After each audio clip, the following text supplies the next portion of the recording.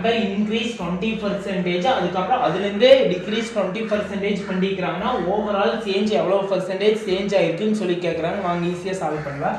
நமக்கு இது எவ்வளோ பர்சன்டேஜ் சேஞ்ச் ஆயிருக்குன்னு தானே கேட்டுருக்குறாங்க. ஈக்குவல் டு ஃபர்ஸ்ட் என்ன பண்ணீங்கன்னா நீங்கள் வந்து 100 வச்சிங்கன்னா அதில் வந்து ஃபர்ஸ்ட் 20% இன்க்ரீஸ் பண்ணுறாங்களா அப்படின்னா இன்க்ரீஸ் பண்ணுறாங்க. நம்ம 20%ங்கிற 100ல் எவ்வளவு 20யா? இப்போ 100 + 20 ஆட் பண்ணோம்னா என்ன வருது 120 வருதா? அதுக்கப்புறம் என்ன பண்ணிருக்கோம் மறுபடியும் 25% வந்து டிக்ரீஸ் பண்ணிக்கிறாங்களா? 120ல 20%ங்கிறது எவ்வளோ 30யா? 30. இப்போ 120லேருந்து 30 மைனஸ் பண்ணிங்கன்னா எவ்வளோ வருது 90யா? இப்போ நம்மக்கிட்ட என்ன கேட்டுருக்குறாங்க ஓவராலாக எவ்வளோ சேஞ்ச் ஆகிருக்குதுன்னா 100லேருந்து இந்த 90 மைனஸ் பண்ணுங்க. மைனஸ் பண்ணி என்ன வருது 10 வருதா?